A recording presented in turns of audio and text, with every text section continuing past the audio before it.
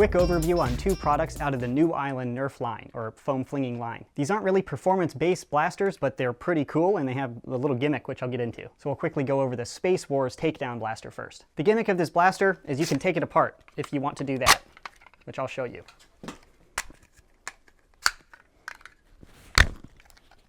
And it comes down to this. So yeah, you can disassemble the blaster into a bunch of shell pieces. These pieces, these white pieces, are not functional by themselves. They're just like scrap pieces now. And this bit, the important part that actually shoots, you can still prime this back and pull the trigger and fire. I wouldn't recommend using it in a Nerf game like this because without a handle, it's kind of hard to, grip. And to put it back together, you just reverse the process.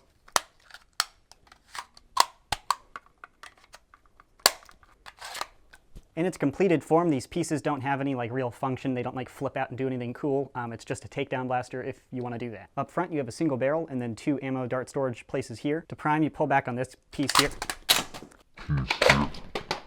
To prime, you can pull back on this piece here and then fire. It's a single shot blaster. Then going over the Transformer blaster, this is a single shot blaster with very similar performance, but this one turns into a dinosaur, sort of. Bear with me, I'm not a pro at deploying the dinosaur special feature.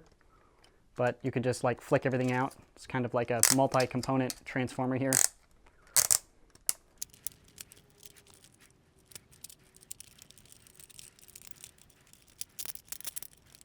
Yeah, so then it turns into a dinosaur bird. Tactical flying. Yeah, so it's not really designed to fire when it's in dinosaur mode, and it wouldn't really be easy or practical to do anyways, and you might friendly fire, shoot your dinosaur in the head. I don't think he'd enjoy that. Yeah, so that's the gimmick there, and then you just reverse the process to put it back into blaster mode.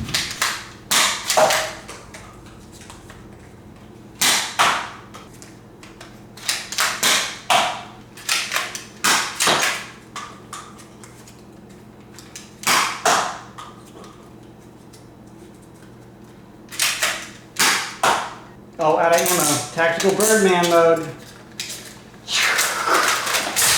As you can see, the performance is not very good. They shoot about 55 to 60 feet per second average on the chronograph, which is a little bit below the 70 feet per second average of the Elite blasters. But let's be real, you wouldn't purchase either of these for a performance-based Nerf blaster, especially the dinosaur one. It's definitely cool, and maybe if you're like, I want an action figure, but I also want a Nerf blaster, now you can just buy one thing and it fulfills both roles.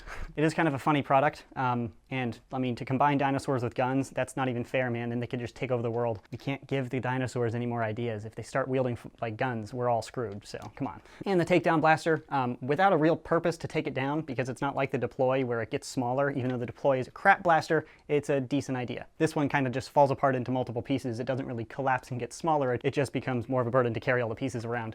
But it is still functional. It doesn't disguise it as a blaster because it's still very much an upper receiver, and you can see that when you look at it. But if you want to hover over your table and you just take apart your blaster and put it back together pretending you're gunsmithing or something, that's really the only reason I can see this one being, fun. But again, neither of them really perform as Nerf blasters, and this is a Nerf channel, not really just a toy channel. So hopefully I've illustrated why you'd purchase either of them. There are purchase links to both of these blasters in the description box below. That's the review, or sort of demo overview thing. Thanks for watching.